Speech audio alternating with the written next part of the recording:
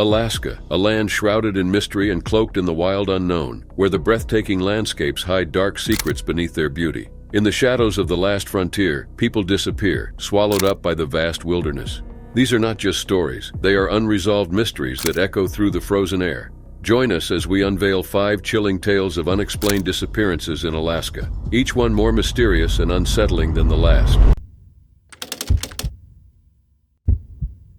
On the night of September 4, 1978, Margaret Fandel and her 2 children, Scott and Amy Fandel, were out celebrating the arrival of the children's aunt. The Fandels lived just south of Sterling, Alaska. Margaret's husband, Amy's biological father, had left the family 9 months prior. Things were pretty tough for Margaret ever since the man left, so she'd asked her sister Kathy to come live with her and the 2 kids for a while. Kathy obliged, and now here she was. On that Monday night, Margaret and Kathy took the kids and went to Good Time Charlie's, a bar and restaurant in Sterling. But it was getting late, too late for the kids. Scott Fandel was 13 years old, while his little sister Amy was only 8 years old. Margaret and Kathy decided to take the children back home and return to the bar without them. The Fandels lived in a cabin, in an area surrounded by woods off Scout Lake Road, about half a mile from Sterling Highway. The area was so heavily wooded that the cabin couldn't be seen from the road. The cabin had 2 bedrooms, one for the kids and one for Margaret and now Kathy. It also had only one singular bright streetlight shining out front, warding off the night. They arrived at the cabin at about 10 p.m. Margaret told her children not to stay up too late. The 2 women then took off, returning to the bar. But Scott and Amy decided it was best to pay a visit to their friends, the Lupton family, who were their next-door neighbors. That night, they played with the Lupton children for a while, but soon it was time for everyone to get ready for bed, and the children were making too much noise. Consequently, the Luptons sent Amy and Scott back home. The lights were on in their cabin at about 11:45 p.m. as a neighbor passed by. Scott and Amy were both afraid of the dark. Margaret and Kathy didn't make it back home until later that night, sometime between 2 and 3 a.m. on September 5, 1978. Margaret noticed something strange right away. The lights were out inside the cabin. This was highly unusual. Again, her children were both afraid of the dark. The 2 women entered the cabin only to find another somewhat puzzling sight. A pot of water was boiling on the stove. A package of macaroni and a can of tomatoes sat open on the kitchen counter. Margaret was well aware that her 13-year-old son, Scott, liked having a late-night macaroni snack every now and then. But why was the water boiling on the stove if the children weren't in the kitchen? Still, the women weren't really worried. They assumed Amy and Scott were either sleeping in their bedroom or spending the night over at the Luptons. The 2 women went to sleep. At approximately 8:30 a.m. that morning, Margaret left for work, leaving Kathy still asleep. When the children's aunt woke up, she wasn't surprised to see Amy and Scott were not at home.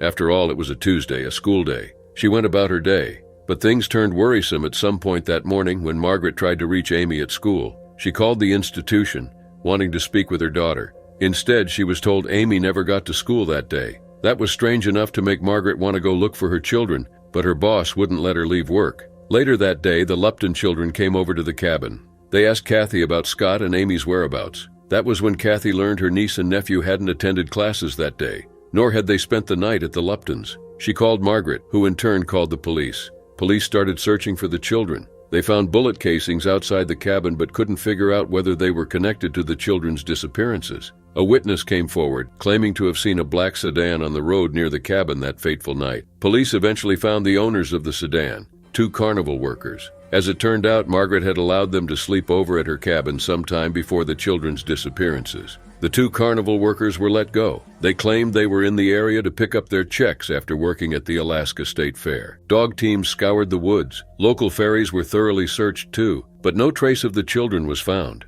Margaret and her family believed that Amy's father, Roger Fandel, who'd left the family 9 months before the children went missing, was responsible. But Roger was in Arizona at the time of their disappearance. Roger himself believed his uncle was responsible. The case still remains a mystery, with some people still blaming Margaret, while others believe Scott and Amy were abducted and killed by an opportunistic predator who'd followed the children home and waited for the right time to strike. But what do you believe happened? It was the morning of October 16, 1972. Only 3 weeks before the national election in the U.S. politicians were busy, hard at work to ensure their spots in the hearts and minds of the American public. First-term Congressman Nick Begich of Alaska was no different. However, he had a powerful ally in Representative Hale Boggs of Louisiana, the majority leader of the U.S. House. As majority leader, Boggs would often campaign for other fellow Democrats. Nick Begich needed the help. He was facing a potentially tight race against his Republican opponent. That morning on October 16, 1972, Hale Boggs and Nick Begich left Anchorage International Airport aboard a twin-engine Cessna 310C, tail number N1812H. The small aircraft had fuel for a 6-hour flight, but it was only supposed to take them some 3 hours away to Juneau. There, Boggs and Begich were to attend a political rally. They were joined by Russell Brown, Begich's aide, and of course by the pilot Don Johns. Johns was an experienced pilot. He had more than 17,000 flight hours under his belt, and he'd spent more than a decade flying in Alaska. He was well acquainted with Alaska's changing weather, its rugged terrain, and its perils. But if anything, Johns was also known to be willing to push the limits. Even more, Johns owned Pan-Alaska Airways, the company which operated the flight. Before departure, Don Johns had filed a flight plan describing his would-be route. He meant to fly over Turnagain Arm, go through the treacherous Portage Pass to Prince William Sound, and then follow the coast on down to Yakutat, before eventually landing in Juneau. Alaskan weather is changeable, and that October day wasn't especially clear. The weather forecast called for poor visibility, freezing rain, and headwinds. Still, flight conditions were marginally met that day. The Cessna 310C had both de-icing and anti-icing equipment, and the trip had to be done. The aircraft took off at 9 a.m. that morning. Shortly after, the pilot contacted the Anchorage airport, asking about an updated weather forecast before heading into the Portage Pass. Days later, witnesses would say they'd heard the plane fly over Whittier, Alaska, which suggests the Cessna managed to make its way to Portage Pass, down to Prince William Sound. From there, nothing more is known. The Cessna 310C failed to land in Juneau on October 16, 1972. In fact, it failed to land anywhere else. It disappeared off the face of the earth, and so did Hale Boggs, Nick Begich, Russell Brown, and Don Johns. The search began a day later on October 17, 1972. The U.S. government launched a massive operation. The FBI, the Coast Guard, the Civil Air Patrol, and hundreds of private citizens scoured more than 300,000 miles. Nearly 100 planes, both military and civilian, searched from above. The November elections came and went. Both Boggs and Begich won, even though they were missing. Multiple unknown emergency signals were received up and down the coast during the days of the search. But authorities soon figured out they couldn't have come from the Cessna. The plane hadn't been carrying any sort of emergency locator beacon. Don Johns, the pilot, was known to carry a portable locator beacon, but his was found on another one of his airplanes. The official search ended on November 24th, 39 days after it started. With no sign of wreckage or any other sign of the four men, authorities concluded the plane had most likely crashed at a high elevation, or maybe into the ocean. Private efforts to find the missing plane continued for years. Theories about the fate of the Cessna and the powerful men aboard it still abound. Some claim the changing weather was to blame for the plane's disappearance, but there are other theories too.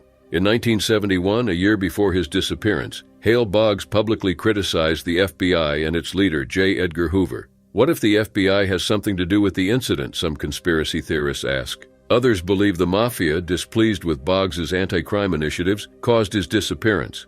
Another theory says that Nick Begich was in fact the target, and that the plane was brought down by an electronic bomb. At last, since the disappearance happened at the height of the Cold War, some believe Soviet forces intercepted the plane and abducted its passengers. The U.S. government insists there are more plausible explanations, such as the unforgiving combination of bad weather, harsh and remote terrain, and possibly a pilot error or mechanical failure. Maybe the truth is out there, or maybe not.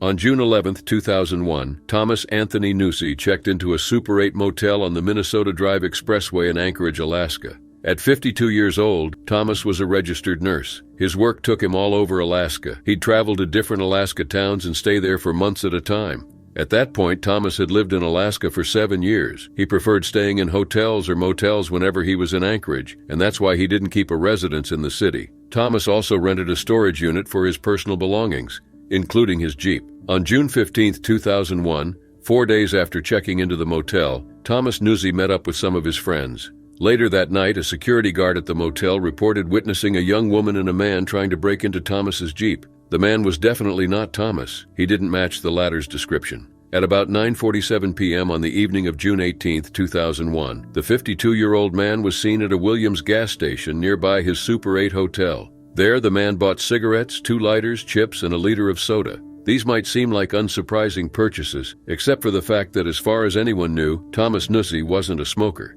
Even more intriguing was the fact that Thomas was accompanied by a young woman. She was very thin, white, and dark-haired. Her hair fell past her shoulders. She was short and possibly in her 20s. The two of them left the gas station together. Later that night, a couple living across the street from the motel where Thomas was staying saw something that captured their attention. They saw a man and a woman breaking into Thomas's vehicle. The man eventually managed to get into the Jeep and drove away. The next day, June 19, 2001, Thomas Nuzzi was expected to show up at work in Bethel, Alaska. When he failed to do so, his colleagues grew concerned. It was unlike Thomas, who was a dedicated nurse, to miss work without letting anyone know. They alerted the police. Nearby forests were searched for 2 days, both on foot and from the air. Search and rescue dog teams were also used, but to no avail. At about 11 a.m. the same day, a hotel housekeeper knocked on Thomas's motel room. But it wasn't Thomas who answered. Instead, a woman opened the door. The housekeeper saw a man lying on the floor, and he was decidedly not Thomas Nuzzi. Instead, he was tall, dark-skinned, and had rotten teeth. The housekeeper returned later that day at 1 p.m.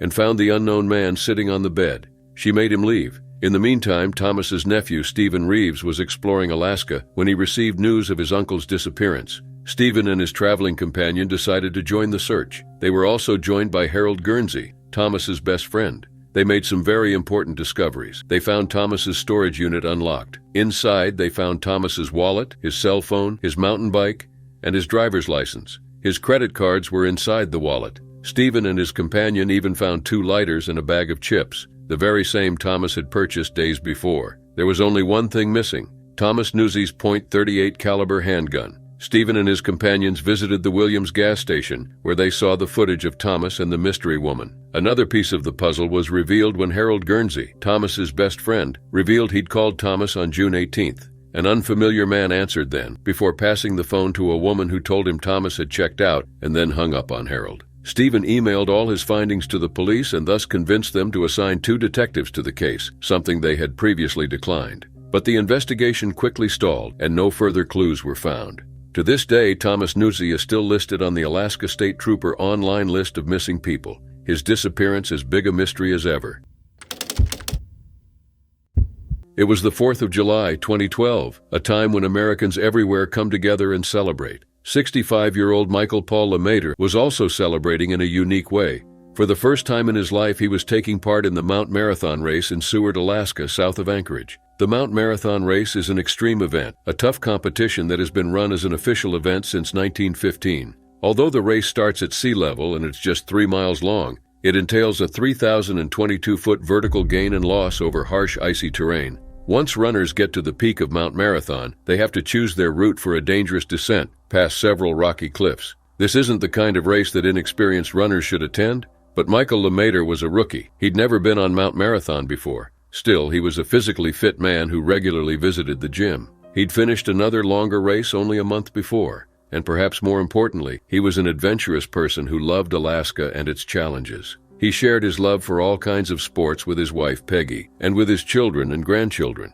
Michael was the only member of his family to participate in the Mount Marathon race that day. He was part of the second wave of participants who chose to brave the mountain, starting the race at 3:15 p.m. Despite the lack of signs, there were race officials all along the course, ready to guide and help the participants. Michael made it past all the most dangerous parts of the race: the very steep grade up a rock face, the sharply inclined dirt trail. He made it past the exposed rock and loose shale of the mountain. Michael was almost at the turnaround point when Tom Walsh, a race steward, asked him for his bib number. It was around 5:45 p.m. Michael was in last place, but he was in no rush to get to the top. He just wanted to complete the race. He had about 200 feet to go to the turnaround point, and then he could start making his way down. He confirmed he was doing fine and gave his bib number, 548. Then he left, resuming his race. As the race steward made his way down the mountain, he texted race officials, letting them know Michael LeMaitre would be home in about an hour and a half. Hours later, though, there was still no sign of Michael. As far as anyone knew,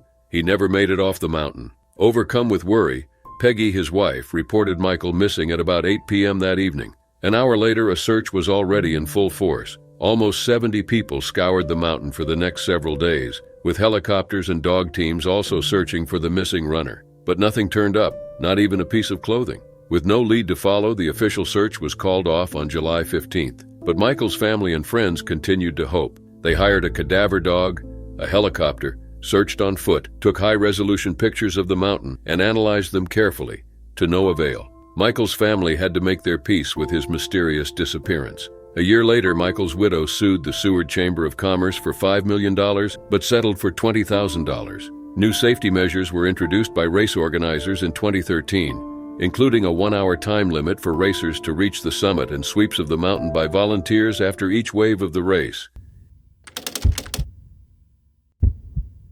It was just before 10 p.m. on the night of October 11, 2014, when Jael Tiara Hamblin and her roommate Kendra Estrada returned home. The two young women had gone out for dinner to TGI Fridays, but now it was time to get back to their shared house and their respective children. Kendra's children and Jael's infant son were being watched by Kendra's mother at the time. But once they got home, Jael told Kendra she was thinking of going out again. Kendra, however, decided to go back to bed. But Jael, who was only 20 years old, was upset that night. A man she was interested in had rejected her. Jael's life wasn't exactly uncomplicated. She was born in 1994 in Washington State. She spent the first 2 months of her life in foster care before finally being adopted by a family. She was raised mainly in Wasilla, Alaska. After her parents divorced, though, she also spent time with her father in Washington. At some point during Jael's childhood, it became obvious she was facing some challenges other children were not. Jael struggled with cognitive, social, and developmental delays. Eventually, she was diagnosed with fetal alcohol spectrum disorder, which explained the issues she was facing. Once she hit adolescence, Jael began rebelling, which eventually led her to drop out of high school. She ran away for the first time at the age of 17. Now at 20 years old, though, Jael was another person. She had a baby son whom she cared for deeply. Her son gave her purpose in life. His existence led to her turning her life around. That night, though, Jael texted a male friend at 1:40 a.m., telling him she was crying. She also told him she wanted to get together with him. A while later, shortly after 3 a.m., the young woman exchanged text messages with another man. It is possible her sadness also made her feel restless, hence the lack of sleep. But then morning came around. Kendra, Jael's roommate, texted her at 10:32 a.m. Jael didn't respond. Kendra made no other attempt to contact her, not until noon when she knocked on Jael's door. There was no answer. Kendra entered the room only to find it empty. The bed was unmade. Jael had taken her purse as well as her phone, but she left her car, a 1990 Ford Expedition, parked in the driveway. She had a learner's permit. Jael Hamblin's mother reported her missing on October 14th, but no trace of her was ever found, not until months later in March 2015, when hikers discovered her purse buried in the snow along a trail in Chugiak, Alaska. They handed the purse over to the police. Inside the purse, the police found Jael's iPhone 5. They discovered that none of Kendra's texts on October 12th had gone through, indicating that the phone was either turned off or the battery had died. Authorities also concluded Jael couldn't have left the purse along the trail herself, since the weather on the night she disappeared was freezing, and Jael didn't enjoy hiking. Jael's family believes she wouldn't have abandoned her son, but she remains missing.